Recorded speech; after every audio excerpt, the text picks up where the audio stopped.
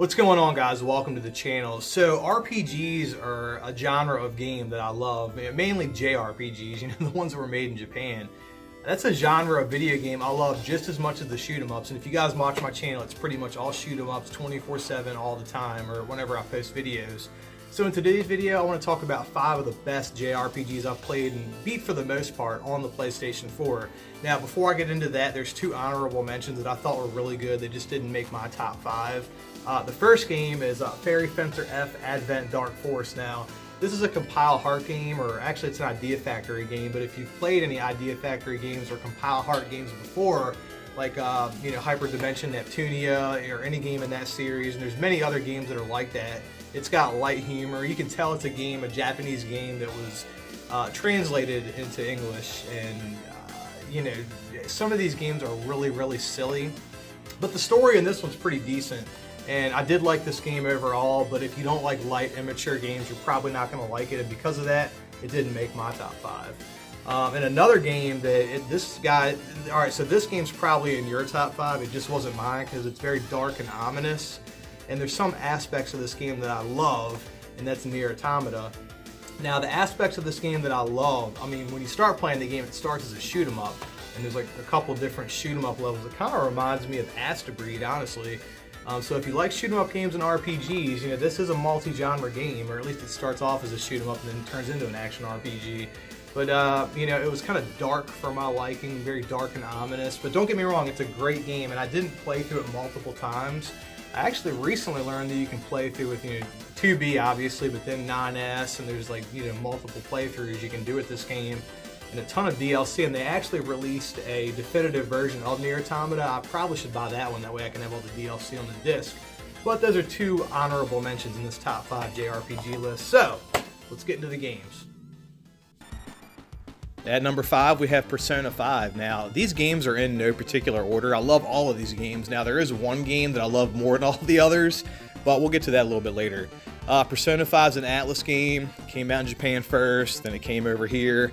This game in particular came out early in the PS4's lifespan, so it did come out on the PS3 and the PS4. So if all you have is a PS3, get Persona 5, and it might be a couple of dollars cheaper on the PS3, but this tends to be one of those titles, kind of like Ys 8, that really holds their value.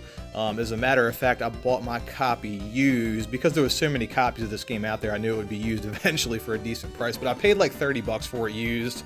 Honestly, it's worth it. And I actually got the Steelbook. I found it used at GameStop. But this game took me about 120 hours to complete. I know that's a long time for an RPG, and for those of you that have finished this game, you probably finished it in a lot less time. But with the dating sim elements that I'm not too thrilled about, in this game in particular, you use that to kind of get more of the story with different characters, other than Joker, whose character naturally progresses through the game. Your relationships with men and women, as weird as that sounds, kind of develop that way, and that's how you level your character in a weird way, but you'll just have to play the game and experience that for yourself. I highly recommend Persona 5. I know it's not a JRPG for everybody, but it does have serious tones, making it, for an adult like myself that's almost 40 years old, it's appealing to somebody like me, even with the dating sim elements intact.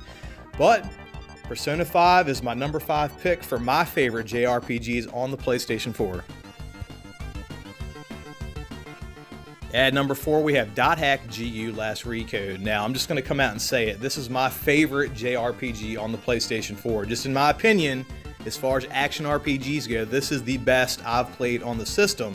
Now, see, I told you I had these games in no particular order, because if I did, this would be my number 1 pick. But anyway, so the Dot Hack series was a series that came out on the PlayStation 2. There was 4 games originally, or there is 4 games. And then they came out with the GU series that pretty much used the same formula as the original Dot Hack, just with different characters, different scenario.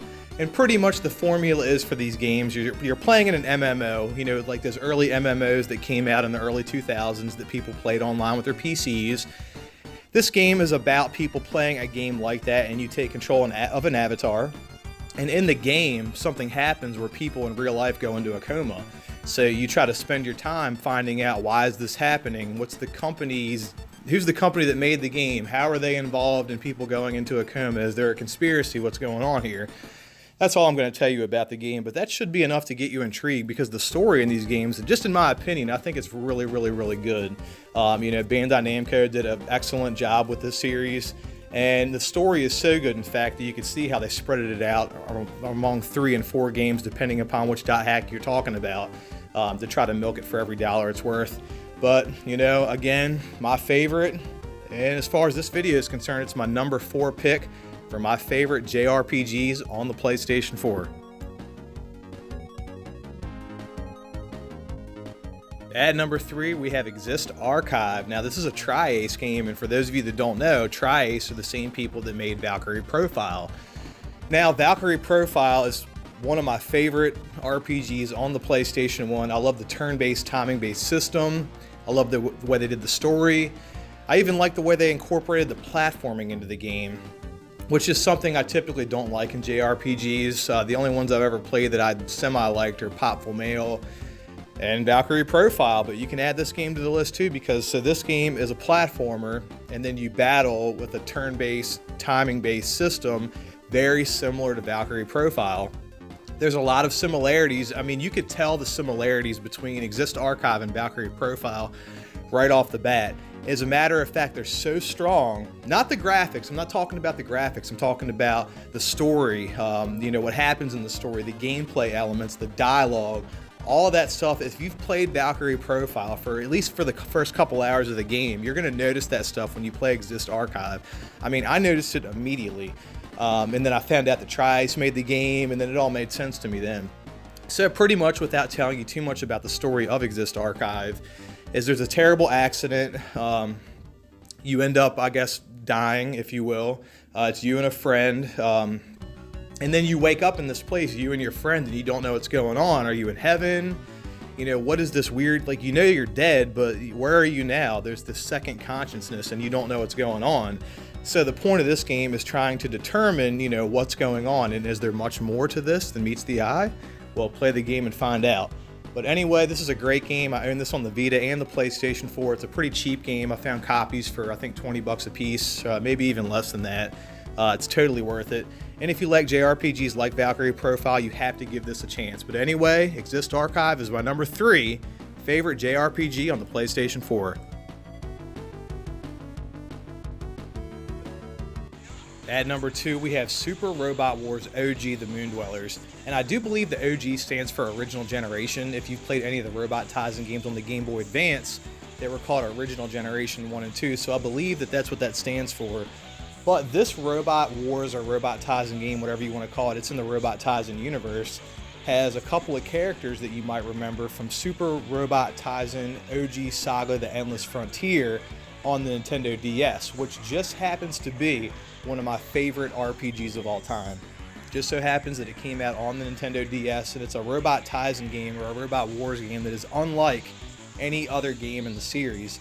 I would say that it would have more in common with a game like Valkyrie Profile with the turn-based, timing-based system. So the battle system in this game is not like that. It's not, well, I guess it kind of is. So it's a strategy RPG with a grid-based system, but then all the fighting that takes place is done through animated scenes, which might turn some of you off. And also the strategy RPG element, for people that aren't really too into RPGs, it might turn them off as well. But if you are a fan of Super Robot Tyson OG Saga Endless Frontier on the Nintendo DS, I want to tell you that there's 2 staple characters from that game that are in this game. And I'm sure you're watching the footage, you can see it's Haken Browning and Ashen. Haken Browning is the main protagonist in the Super Robot Tyson game on the DS, and Ashen is his, I guess, cyborg counterpart. You know, I guess like Ashen's pretty much the worker, and Haken's the boss, I guess you'd say. But again, awesome game. I don't want to give any of the story up, but it's definitely part of my top 5 list. And again, if you're a fan of the Super Robot Tyson OG Saga Endless Frontier game on the DS that I know a lot of people love, me included, I'm probably at the top of that list, you're probably going to love this game as well, thus making it number 2 in my list of PS4 RPGs that I love. At number 1, we have Ys 8, the Lacrimosa of Dana. Dana? I don't know how you pronounce that. We'll just go with Ys 8.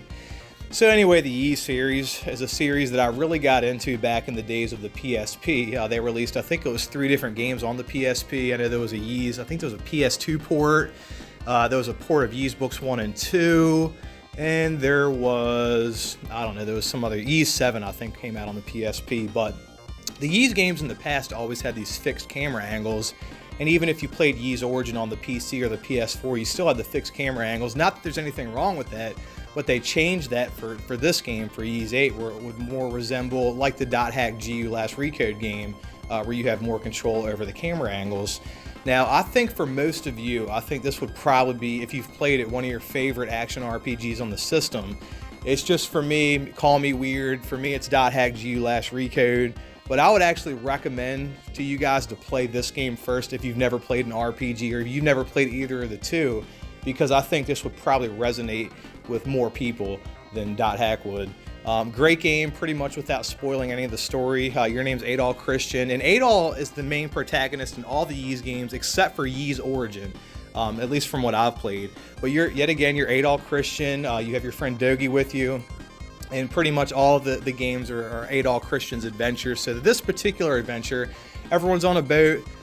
The boat gets into an accident, you crash land on an island in the middle of the ocean, and you pretty much have to find all the surviving party members that washed up on the island and create a community, you know, I guess like a little utopian society on the island, and figure out the secrets of the island.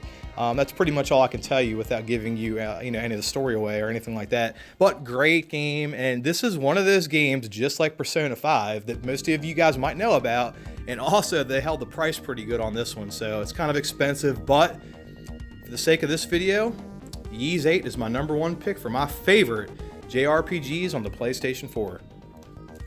Okay guys, so those are just 5, well I guess 7 different JRPGs if you consider the honorable mentions that I've played on the PlayStation 4 that I really love. I've played a ton more games, but those are just my favorite. But what I want to know is, to all those RPG and JRPG heads out there, what are some of the better RPGs on the PS4 that I should be playing? Because I'm sure that some of you out there are really into the genre can suggest some pretty awesome stuff to me. So let me know in the comments down below. I would love to check out some new games for the system. Anyways guys, thanks for watching. Remember to like this video if you like the video, and if you like awesome video games, make sure you subscribe to the channel. Till next time guys, peace out.